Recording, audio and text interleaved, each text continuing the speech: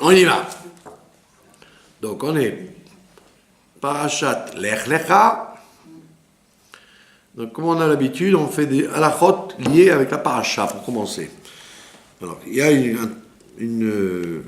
des halachot très intéressantes qui sont liées avec le comportement d'Abraham quand il a fait la guerre.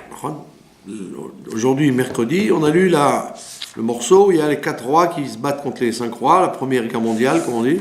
C'était la première guerre mondiale qu'il y a eu, contre Nimrod, il a fait la guerre. Et tout seul avec son Rosh Yeshiva Eliezer, il a gagné la guerre. Et donc il a libéré son neveu Lot, qui était dans la ville de Sdom, et il a gagné la guerre. Et donc quand il gagne la guerre, évidemment à l'époque, on ramassait tout. Les hommes, les femmes, les enfants, l'argent, les animaux, le butin. Il y avait un énorme, comme dit le Midrash, que Milchama c'est la Shon Lechem. Les gens ils font des guerres pour l'argent. Ils ne font pas des guerres pour l'idéologie. Donc ils ont ramassé un butin énorme. Et à ce moment-là, le roi de Sdom, qui l'a délivré de la guerre, en même temps qu'il a délivré Lot, le roi de Sdom, il lui dit, ben voilà, puisque grâce à toi on a gagné la guerre, tu prends ce que tu veux, tout ce que tu veux. Que lui répond Abraham?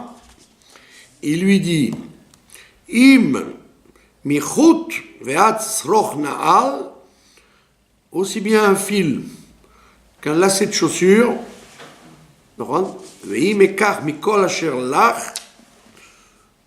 si je prends quoi que ce soit de toi, donc il dit non, je ne prendrai ni un fil, ni même un lacet de chaussure. Pourquoi? Pour que tu ne dises pas Ani et Sharti et Abraham. C'est moi qui ai enrichi Abraham. Donc de là, la Gemara et le Shulchan Aruch déduisent qu'il y a un comportement connu que le roi Shlomo appelle Sonné Matanot Ichye. Celui qui a horreur des cadeaux, il vivra. Alors, évidemment, on s'interroge, est-ce que c'est un conseil que Shlomo Amelech donne? Sonné Matanot Ichye. Celui qui n'aime pas les cadeaux, il vivra. Ou alors c'est une mitzvah. Est-ce que c'est une mitzvah de faire ça, de ne pas accepter les cadeaux? Ou alors c'est simplement un conseil. D'accord? Alors c'est toute une discussion dans les livres et les poskim. Qu'est-ce qu'on doit faire? Alors on apprend ça d'Abraham. D'accord? Qu'il a dit, je ne veux pas que tu dises que le roi de Sodome a enrichi Abraham. D'accord? Ça veut dire que apparemment, c'est tout le temps, un individu ne doit pas accepter les cadeaux. Comme dit le Gemara, que les chassidim d'avant, ils vivaient de leur travail, ils refusaient de vivre de cadeaux. Ils ne vivaient que de leur travail. D'accord? Donc si des gens voulaient leur faire des avantages, leur donner des avantages, ils refusaient. Mais le poskim, ils disent, mais ça c'est une attitude pour les gens très très élevés. Les gens très élevés, ils peuvent se permettre de refuser les cadeaux. Mais les gens du commun des mortels, ils doivent accepter les cadeaux parce que quelquefois, sans les cadeaux, ils ne vivent pas du tout.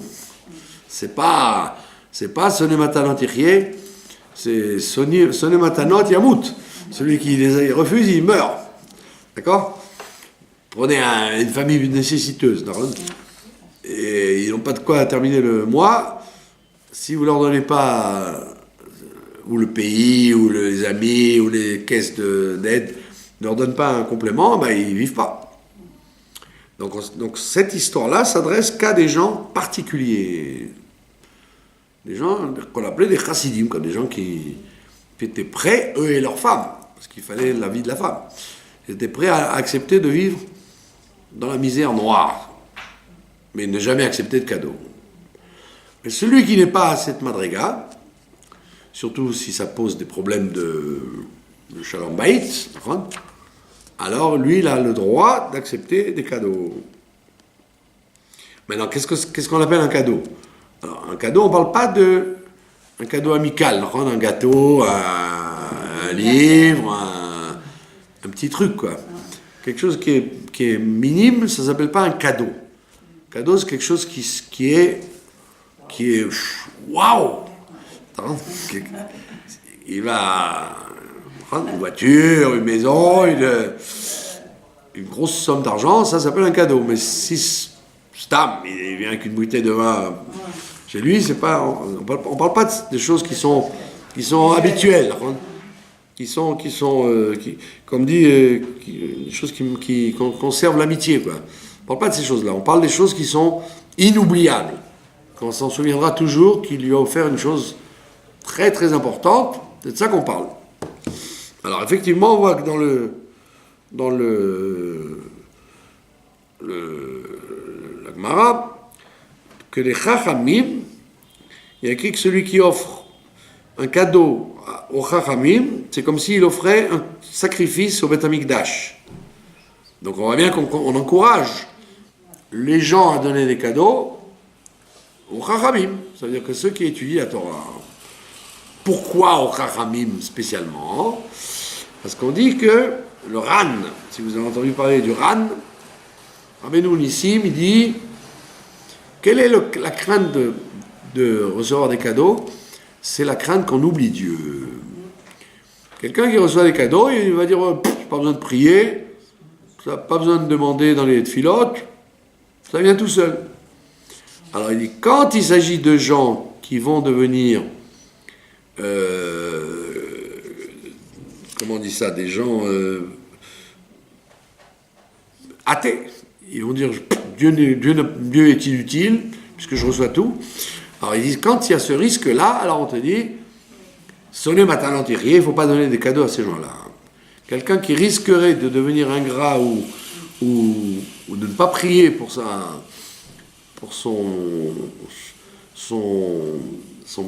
bien-être matériel, lui, il ne faut pas lui donner de cadeau. Pour qu'il continue à prier. Mais si c'est quelqu'un qu'on appelle un Talmid Chacham, donc comme il étudie la Torah, il est censé sans arrêt être branché avec la vérité, il sait très bien que tout ce qu'il a, ça aujourd'hui il peut l'avoir, demain il peut le perdre, donc il est toujours dans le principe de la Kedusha. Alors lui, on dit, lui, tu as le droit et le devoir de lui donner des cadeaux puisqu'il ne va pas perdre le fil. C'est pas parce que tu lui as donné un cadeau qu'il va dire maintenant je jette mon sidour, je prie plus puisque je reçois des cadeaux. Donc c'est pour ça qu'on spécifie des Talmidei Chachamim. Donc quand tu fais quelque chose, réfléchis à qui tu le fais. Si tu vois que c'est quelqu'un qui n'a pas le sens des proportions des choses, alors lui, ne lui donne pas. Ça t'aurait fait plaisir de lui donner, mais tu lui rends pas service. Comme on voit avec les enfants, d'accord ? Si tu donnes à des enfants tout le temps, grands ou petits, sans leur faire comprendre que c'est une récompense, que c'est parce qu'ils ont fait quelque chose de bien, qu'ils ont droit à ça, mais tu leur donnes. Pour éviter de les frustrer, tout ce qu'ils demandent, tu leur donnes. Alors, ça, dans le chinois, c'est une catastrophe. Parce que ça veut dire que l'enfant, il est Magiali. J'ai droit à ça. Et si je ne l'ai pas, attention à toi.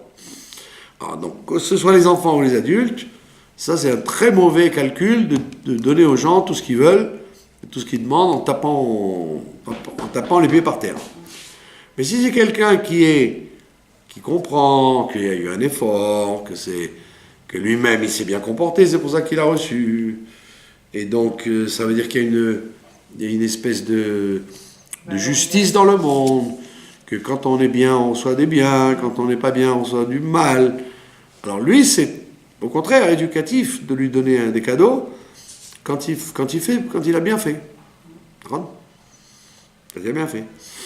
Moi, je donne des bonbons aux enfants pour qu'ils aient le sentiment quand ils vont grandir, que la synagogue, ça veut dire, c'est un bonbon, c'est bien. C'est pas un endroit où, oh là, il faut aller encore là-bas, me casser la tête. Ouais, je vais à la synagogue, je vais recevoir des bonbons. Pour lui, c'est relié, par contre, c'est relié avec un avantage. C'est pas une galère, c'est pas une souffrance d'aller, c'est un plaisir. D'où le minag, quand on éduque les enfants, leur faire un gâteau au miel ou au chocolat pour qu'ils associent les lettres de la Torah avec le chocolat. D'accord? Donc la même chose, quand au niveau chinouchi, tu veux lui relier le principe de la Torah avec quelque chose qui est agréable, alors ça va faire un lien psychologique que la Torah, ça veut dire douceur, ça veut dire kiff. Donc là, il y a un intérêt de donner des cadeaux. Maintenant, en plus de ça, tu as le côté chinouchi qui est de dire, si tu as prié, je te donne un bonbon. Si tu n'as pas prié, tu étais insupportable, tu as fait le zouave pendant tout le temps de la tefila, tu n'auras pas de bonbon. Ah, il va dire, tiens, c'est intéressant ça. Ça veut dire que si je me comporte bien, je vais être récompensé. Ça vaut le coup. D'accord? Hier, il y avait une bar mitzvah de gens qui... Il y avait très longtemps, ils étaient ici, puis ils sont partis en Amérique. Et le gosse, c'était la bar mitzvah du gosse. À l'époque, quand il était là, il avait 4 ans, 5 ans, il a été très, très insolent. Alors je lui ai dit, je vais t'envoyer Binyamin Netanyahou.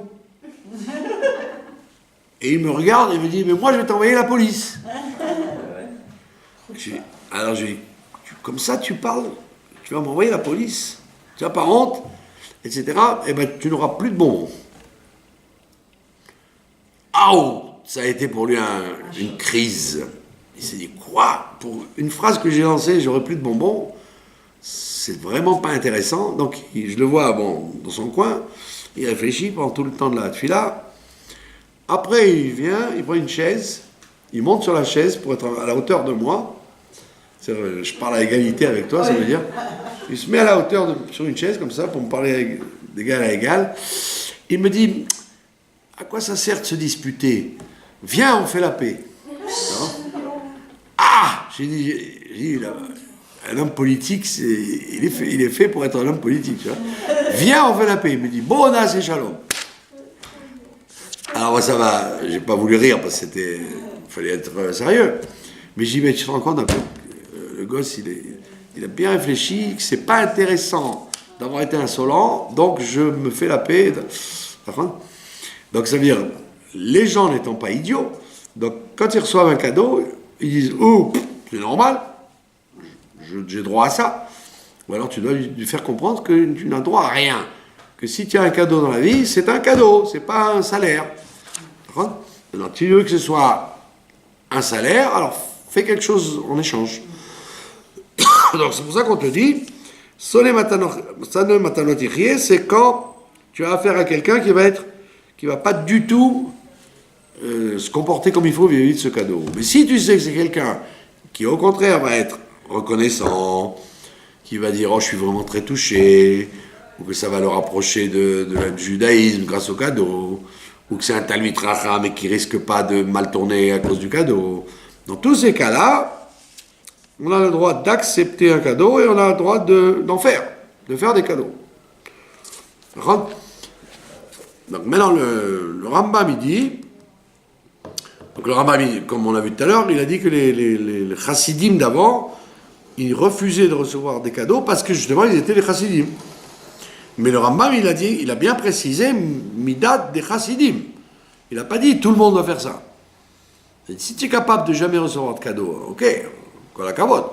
Mais si tu ne penses pas que tu pourras le faire, ne serait-ce que par Shlom Bayit, comme on voit les histoires de la Gemara avec Rabbi Hanina Mendoza, tous ces gens-là, où les femmes disaient nous, il n'y a pas de parnassa, c'est quoi ça? Rabbi Zouché, toutes les histoires qu'on raconte, où les femmes, elles tapent sur la table et disent nous, ta Torah, tes mitzvot, bravo, mais on ne mange pas. Donc si ça va entraver le Shlom Bayit, alors on te dit ne joue pas les chassidim, au détriment du frigidaire vide. D'accord? Donc Rambam, il te dit, moi ce que je te dis, c'est un comportement particulier, mais je ne l'érige pas comme un comportement pour tout le monde. D'accord? Et donc le Soné Matanotichie, il est valable que pour des gens très spéciaux. Sinon, il n'y a pas de raison de haïr les cadeaux. D'accord?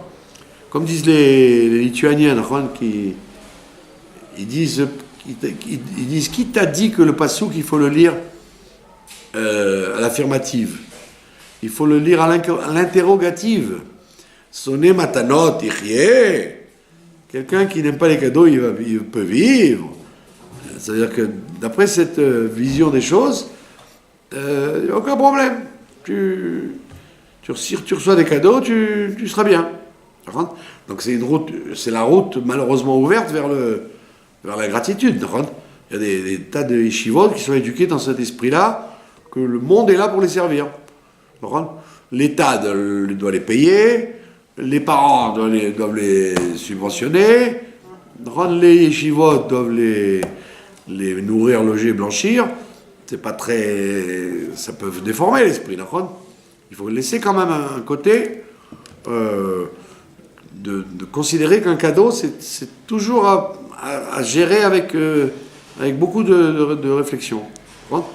C'est l'anniversaire d'un enfant, c'est pas son anniversaire qu'il faut lui faire des cadeaux s'il n'a pas été comme il faut. Il faut lui dire, tu sais, j'aurais voulu te faire des cadeaux, mais étant donné que tu as été insupportable, j'ai acheté qu'un gâteau vulgaire. Sinon, je t'aurais acheté ça et ça et ça.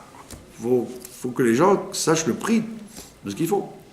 Sonné matanotichie. Maintenant, la Gemara, elle pose la question, donc. Enfin, le Midrash pose la question. Donc, maintenant, pour quelle raison, si c'est modulable, si on peut recevoir des cadeaux de temps en temps, il y a des conditions, etc., pourquoi Abraham Avinu, qui était un Talmid Chacham, pourquoi a-t-il dit au roi de Sodome, je ne veux rien de toi? Pourquoi on a pris de lui Sonné matanotichie? Au contraire, il aurait dû accepter. Voilà. Comme le roi de Sodome était un idolâtre, c'était un idole, comme dit le verset, les gens de Sodome étaient méchants vis-à-vis de Dieu et méchants vis-à-vis des hommes. Donc ils avaient tous les défauts, verticaux et horizontaux. D'accord? Donc de lui, il a dit, je ne veux pas que tu viennes dire un jour, j'ai enrichi Abraham. Si le roi, la preuve c'est qu'il a accepté des cadeaux de Pharaon, quand il a pris sa femme. Donc on voit bien que, comme on dit chez nous, yesh ve yesh. Il y a des cas oui, il y a des cas non. Donc là-bas, il a accepté parce que Pharaon, il a vraiment été désolé d'avoir fait ce qu'il a fait avec Sarah. Et d'accord, et en plus, il lui a dit, Abraham, je t'emmène avec moi parce que je vais recevoir des cadeaux là-bas. Donc c'était clair qu'il allait prendre des cadeaux de chez Pharaon. Et donc il n'a pas refusé. Il ne les a pas rejetés. Il a même, plus que ça, il a obtenu le territoire du canal de Suez, là-bas, le Goshen. La vallée d'Assouan, aujourd'hui, qui est l'endroit le plus vert d'Égypte, c'est la vallée d'Assouan, qui a été donnée en cadeau à Sarah, qui donc est une partie de la terre d'Israël, en fait. Donc on voit bien que vis-à-vis du roi d'Égypte, il a accepté, mais vis-à-vis du roi de Sodome, il a refusé parce que c'était un rachat. Et donc à ce moment-là, quand tu sais que la personne n'est pas du tout comme il faut, alors là, refuse le cadeau parce que malheureusement, il va y avoir une tâche sur toi. Tout le monde va dire, il a accepté le cadeau d'un rachat, donc il n'est pas si bien que ça, cet individu-là. Et donc, comme c'est relié avec un Chilul Hashem, les gens vont dire, quoi, il a pris un cadeau d'un roi rachat. Donc Abraham, il a dit, no way. Je ne veux rien de toi pour ne pas que tu dises que tu m'as enrichi. Voilà, est-ce que vous avez des questions? Pour que ça ne l'affecte pas aussi, parce qu'il y a une partie de Touma en prenant quelque chose d'un rachat comme ça, non? C'est pas... le fait qu'ils prennent, ça, entre guillemets, ça contamine pas après tout ce Exactement, exactement. Exactement. Quand on prend de l'argent, par exemple, mal gagné. Voilà. Quand on prend un cadeau. L'argent qui est mal gagné, ou qui a été volé ou quoi, ça affecte après le. Absolument. Ça affecte la personne et ça affecte. Exactement. D'ailleurs, on va voir ça plus tard dans Yaakov Avinu. Quand tout ce qu'il va ramasser chez Lavan, il va le donner à Esav avant de descendre en Égypte. Ça veut dire que il y a dans l'argent et dans le cadeau, il y a une âme. Une âme, et la personne qui donne, elle met son âme dedans. Qu'elle le veuille ou non. Donc si tu l'acceptes, ça veut dire que tu acceptes d'être un peu violé par la personnalité de la personne. Eh oui. Voilà. Donc on voit que quand il s'agit d'un cadeau, il faut bien réfléchir. Il ne faut pas fermer les yeux en disant bon allez, j'ai besoin, je ne regarde pas. Regarde si tu as le droit d'accepter, et toi quand tu donnes, regarde si ce que tu fais est intelligent. D'accord ? Il y a des gens comme ça qui donnent des cadeaux à tout le monde, et après ils se mordent les doigts parce qu'ils disent ouais, j'ai même pas été récompensé, j'ai l'ingratitude, mais si tu as toi-même. En même temps, on ne fait pas de cadeaux. Voilà, si toi-même tu as fait n'importe quoi, ne t'étonne pas que la réaction ne soit pas toujours la bonne. D'accord ? Voilà, ça c'est pour la halakha. Maintenant, la paracha, on va refaire quelque chose dont j'avais parlé une fois, mais comme c'est un sujet assez difficile, je suis persuadé que beaucoup de gens l'ont oublié. Alors écoutez bien, accrochez-vous bien. Il y a Abraham qui descend en Égypte, parce qu'il y a la famine, et il dit à sa femme, Imrina achotiat, s'il te plaît, dis que tu es ma sœur. D'accord ? Bon. Alors, là-dessus, il y a un midrash très bizarre.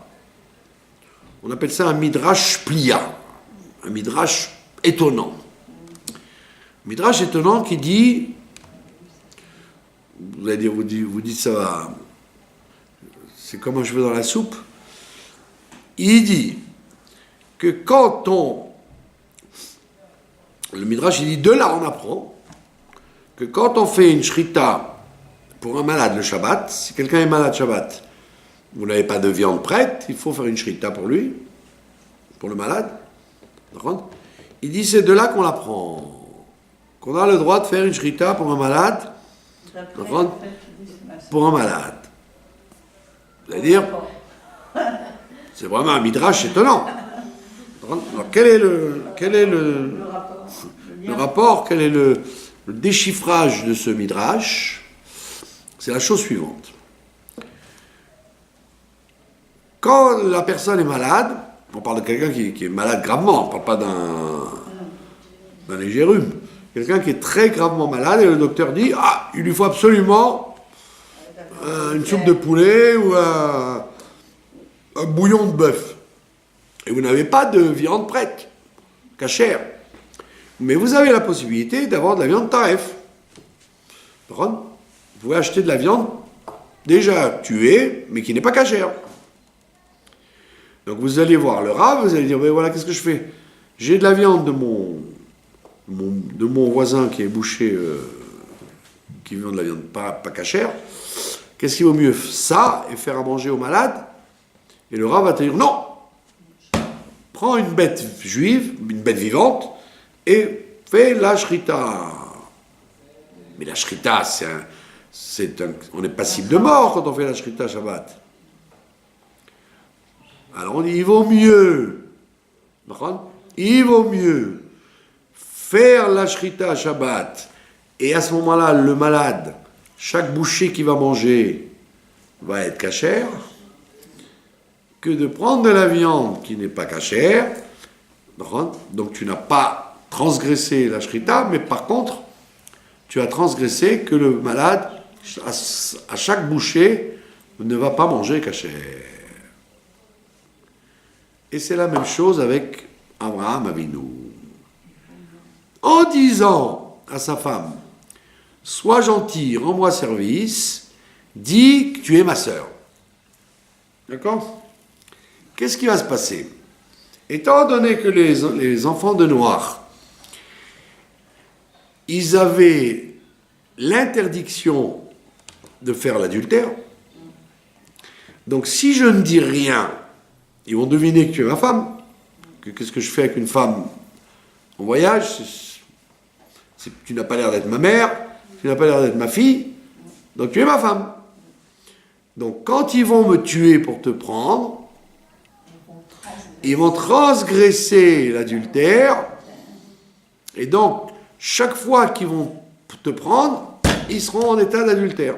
Ils vont rajouter chaque fois une faute davantage. Alors que si je dis que tu es ma sœur, effectivement on peut s'arranger pour dire qu'elle était sa sœur avec le... C'était sa demi-sœur par l'oncle Haran. C'était la sœur de Lot. Donc elle était en même temps sa parente. Donc c'est pas un vrai mensonge. Tu es ma sœur, c'est pas une invention. Il y a effectivement une possibilité de dire ça. Donc quand ils vont le faire, donc ils n'auront que l'interdiction de m'avoir tué. Ils n'auront pas l'interdiction d'adultère par la suite, puisque tu es ma sœur. Ils n'ont pas pris une femme mariée, ils ont pris une femme libre. Vous avez compris le kécher? Donc en même temps, quand on tue une bête, donc automatiquement, on a fait quelque chose de très grave, puisqu'on a fait une shrita Shabbat. Mais la conséquence, c'est qu'après, ce qu'on fait bien, on donne à manger kasher aux malades. Alors que si on donnait du taref, on a fait une faute moins grave. Mais en vérité, elle va se répercuter plusieurs fois, et ça, dans le calcul, c'est plus grave. Donc c'est donc plus grave de faire une mitzvah, de faire une interdiction une fois, mais qu'après ça passe, que de faire plusieurs interdictions qui se surajoutent l'une après l'autre. Et donc c'était la raison de Abraham Avinu, pourquoi il a dit que tu es ma sœur.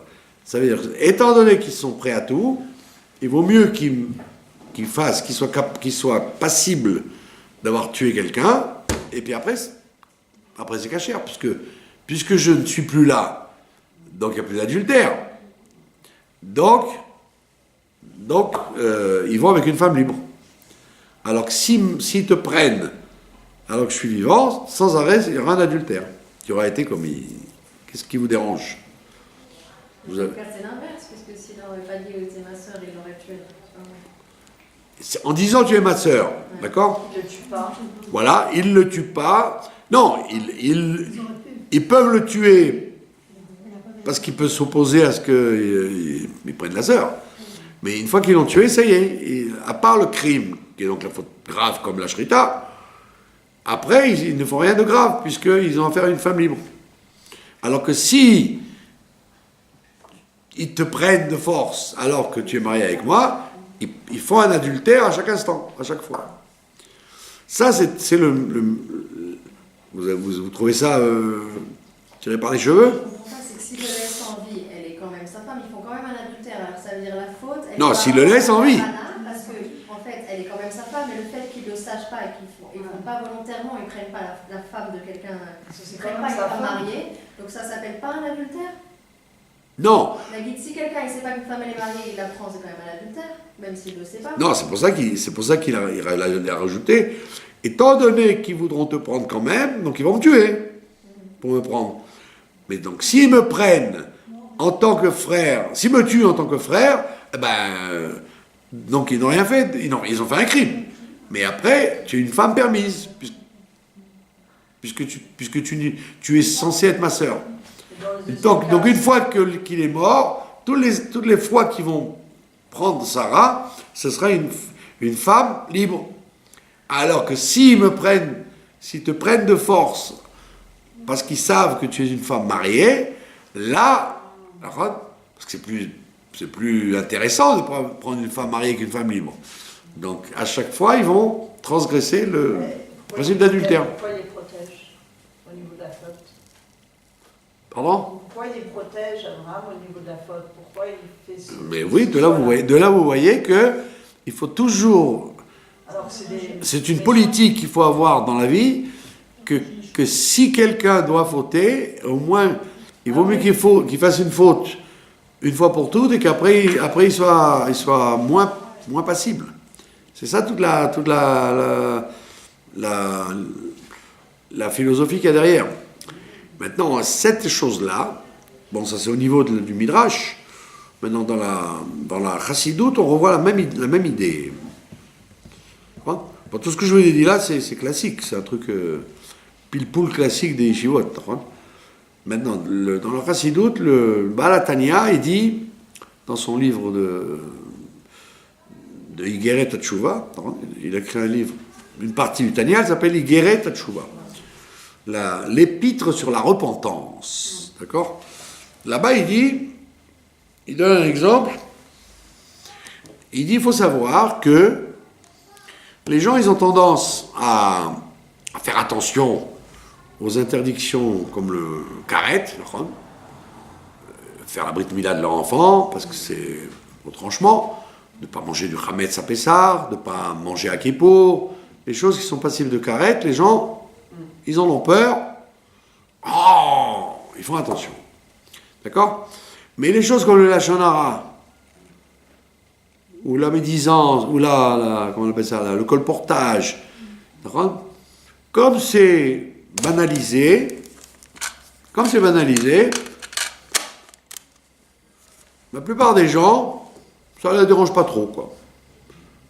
Ils vont te bassiner,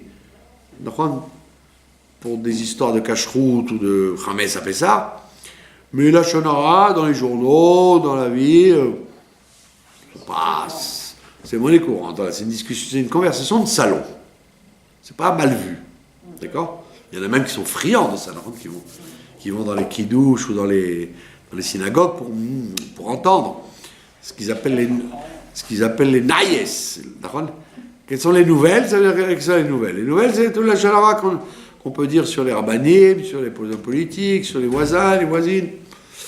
Et donc le Radmo Azaken, il te dit, ben alors, sache une chose, étonne-toi, et justement fais tchouva là-dessus, que la répétition de petites fautes est aussi nuisible pour l'âme qu'une grande faute comme le karet.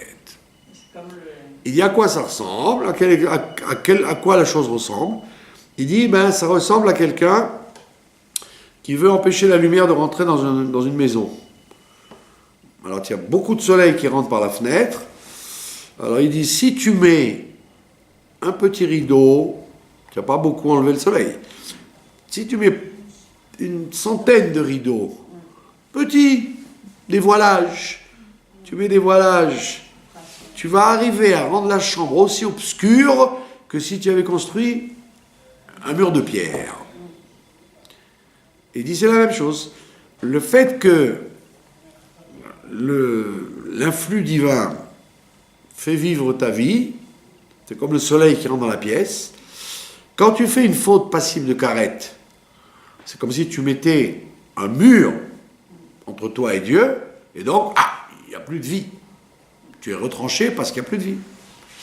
Donc si celui qui a mangé du Chametz à Pessah, ou qui a mangé à Kippour, ou qui n'a pas fait la brit mila de son fils, eh ben voilà, on a provoqué le retranchement de l'âme. Et là, il dit ça, pour là-dessus, tu vas faire attention.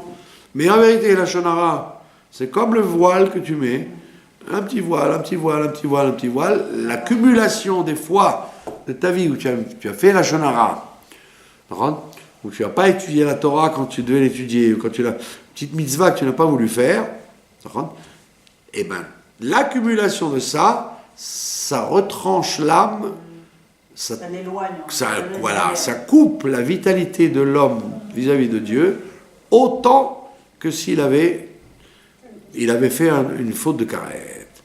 Alors, dans la société, une chose est banalisée, dire la shonara, les gens vont dire, bon, arrête de dire la shonara, ils vont pas crier sur les gens, ils vont pas leur dire ah, tu te rends compte? Et bon, c'est pas le moment, c'est la shonara. Mais oui, mais la shonara, plus la shonara, plus la shonara, c'est aussi grave qu'une faute de karet. Donc ça veut dire quoi? Que la neshama de quelqu'un qui fait des avérotes de tout le temps répétées, elle est aussi déconnectée de Dieu que s'il avait fait d'un coup une faute passible de karet pour de bon. Donc c'est très important. Donc tu peux avoir affaire à des gens qui sont morts. Ce qu'on appelle ce que le Rambam appelle les balais lachonara. Les gens qui font du lachonara professionnellement, comme les journalistes ou les... Eh bien, ces gens-là, ils sont aussi morts que quelqu'un qui, délibérément, il aurait mangé du chametz à Pessar ou mangé pendant Kippour. Donc, de là, tu apprends la même chose ici, que quand tu as la possibilité d'intervenir sur les gens, et là on voit un juif au goy, il ne dit pas qu'est-ce que ça peut me faire, qu'est-ce qu'ils font pas. De toute façon, ils vivent dans leur médiocrité, donc je ne me mêle pas. Je dis non, mêle-toi. Et que si tu as la possibilité, vis-à-vis de l'humanité ou vis-à-vis de ta voisine ou ton fils, d'empêcher des petites choses répétées, c'est aussi important que si tu les as empêchés de faire une grande avéra d'un coup. Ne dis pas, bon, c'est pas grave, il faut bien que jeunesse se passe. Ma fille, elle n'arrête pas de dire la shonara, mais je vais la laisser faire jusqu'à ce qu'elle grandisse, elle comprendra. Pas du tout. Tu dois intégrer dans le chinour que les petites choses, plusieurs fois répétées, c'est aussi grave qu'une grande chose faite une fois. Et pourquoi, surtout? Parce qu'au niveau psychologique, les gens, ils ont tendance à faire teshuva beaucoup plus facilement sur une grande faute qu'ils ont faite dans leur vie. Ça les dérange plus, ça les triture. Ils ne dorment pas la nuit. Que quelqu'un, prenez ce qu'on appelle un bal teshuva. Prenez un bal teshuva. Aïe, oh là là, mon passé me dérange, etc., etc. Vous prenez un type qui a toujours été religieux, mais qui ne se gêne pas de faire un peu de la shonara, un peu de ci, un peu de ça. Lui, à Kippour, c'est du formel. Hein. Il n'a pas le sentiment vraiment que Hachamnou, Bagadnou, Al-Khet, c'est surtout pour les gens de Tel Aviv qu'on parle. Moi, je le dis, c'est écrit, mais fondamentalement, je ne sens pas tellement que je me suis éloigné de Dieu pendant l'année. La plupart des êtres humains sont comme ça. Ils s'imaginent que, ah non, mais nous, comme on est religieux, on a des âmes plus pures que les gens qui le sont moins. C'est pas vrai. Tu peux avoir une putrification de l'âme aussi grand en étant shomer, Torah, mitzvot à longueur d'année, pour tous les petites incartades que tu passes ton temps à faire, comme, on voit malheureusement chez les voisins, etc., les gens qui ne se gênent pas de dire du mal de la voisine, de faire des choses minimes. C'est minime, mais comme c'est systématique, en vérité, c'est aussi négatif dans l'âme de la personne que le gars qui croit il va à Ouman parce qu'il se sent très mal de ce qu'il a fait dans l'année. Mais peut-être ce qu'il a fait dans l'année, c'est pas pire au niveau de l'éloignement de Dieu que celui qui est persuadé que ce qu'il fait n'est pas si grave que ça. Dans la mentalité humaine, d'ailleurs on voit bien dans les journaux, soi-disant religieux, 4/5 c'est du Lachonara. C'est le Shem Shamaïm, parce qu'ils défendent la Torah, mais très souvent c'est des lectures interdites qu'ils écrivent. Sur tel rabbanim, ou sur tel homme politique, ou sur tel... Et les gens ils disent, non, c'est pas grave, c'est un journal. Mais alors, comme c'est un journal, il a le droit d'être interdit dans ce qu'il fait. et tu as le droit de l'amener à la maison. Par contre, c'est pas vrai. C'est complètement, c'est archi faux. Donc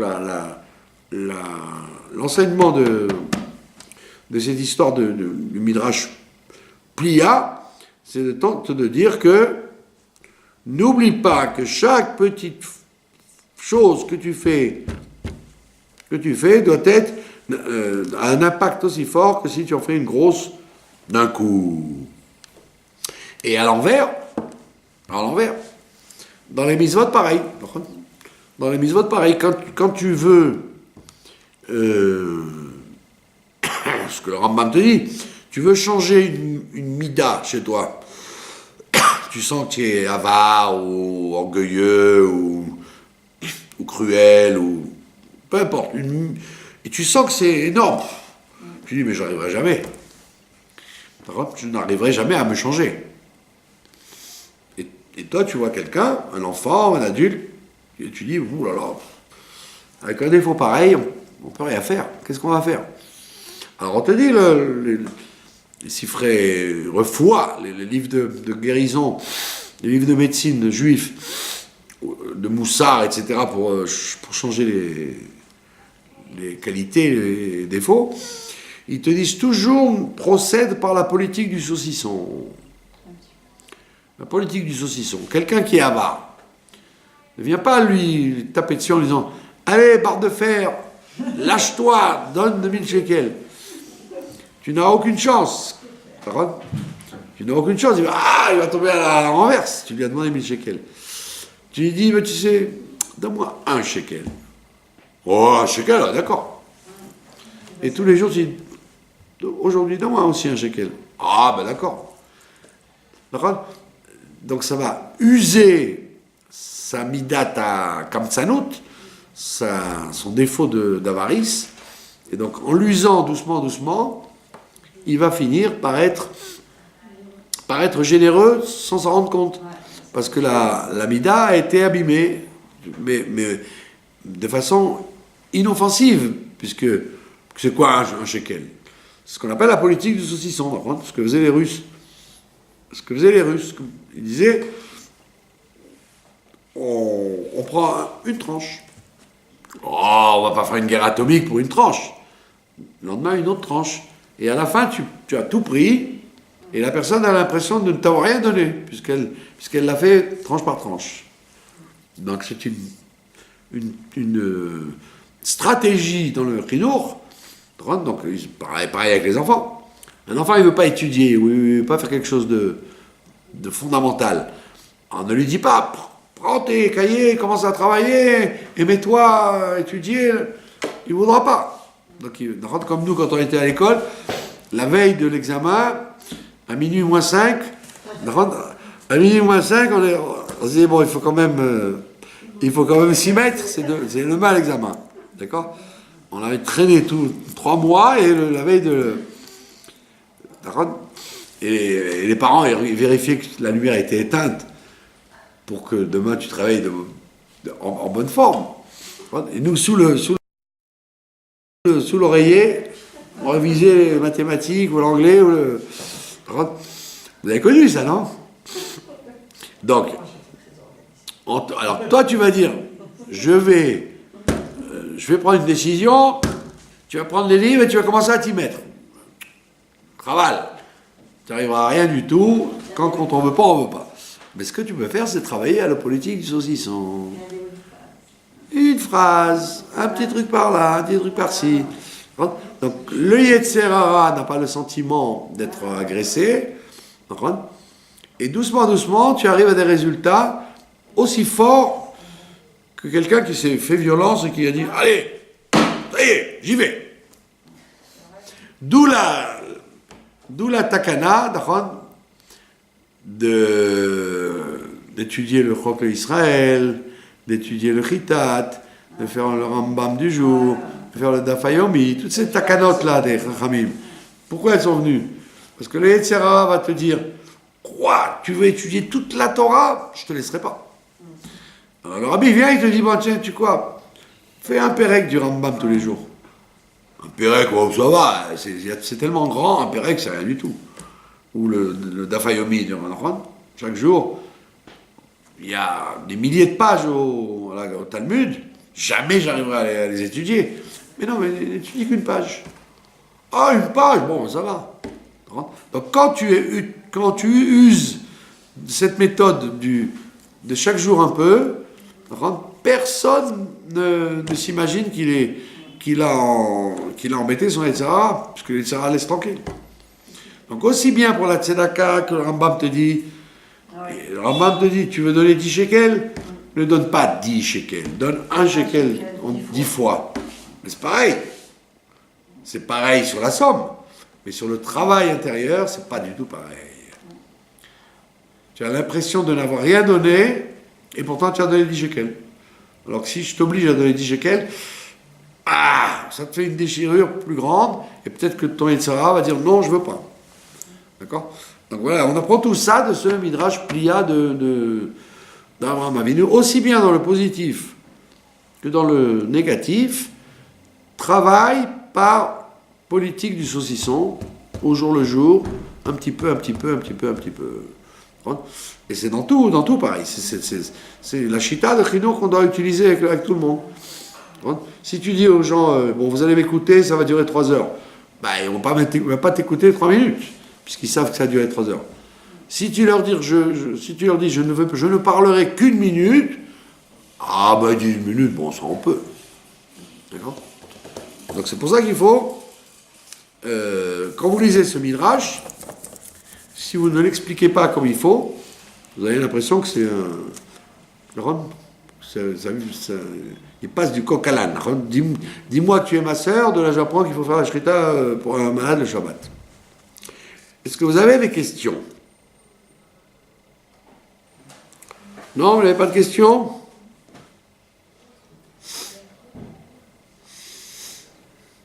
Donc vous voyez que ce Baal HaTanya qu'on a vu là dans le Hekayat HaTshuva, c'est un... Quand vous lisez le Baal HaTanya, vous dites, bon, mais d'où il a sorti son histoire là? En réalité, il a sorti de là.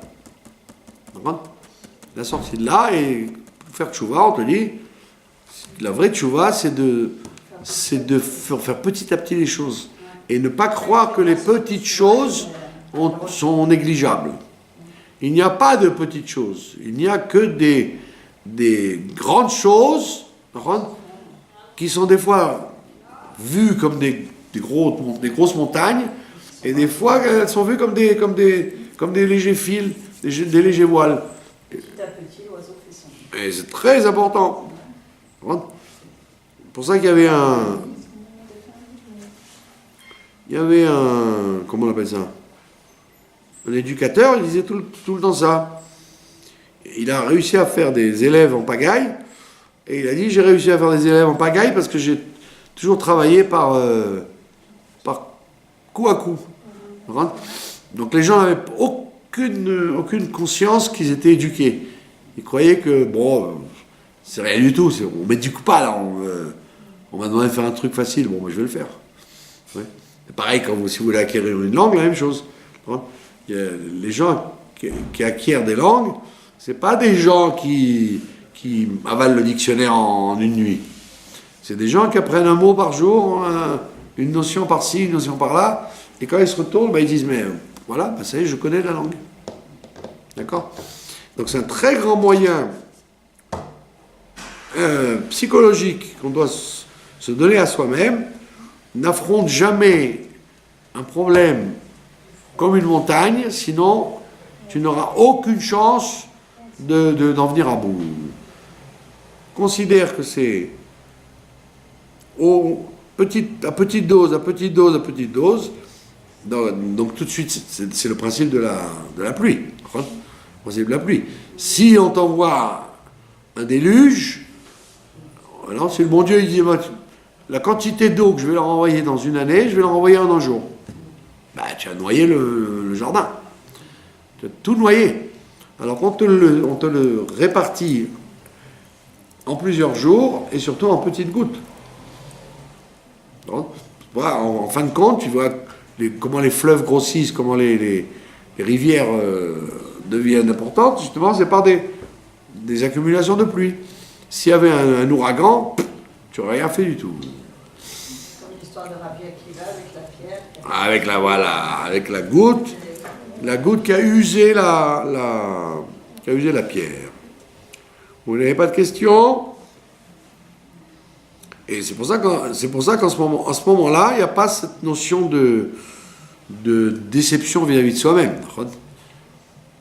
Si tu envisages un trop gros programme, trop gros projet, à part un Hercule, qui va en venir à bout, la plupart des êtres humains sont faibles.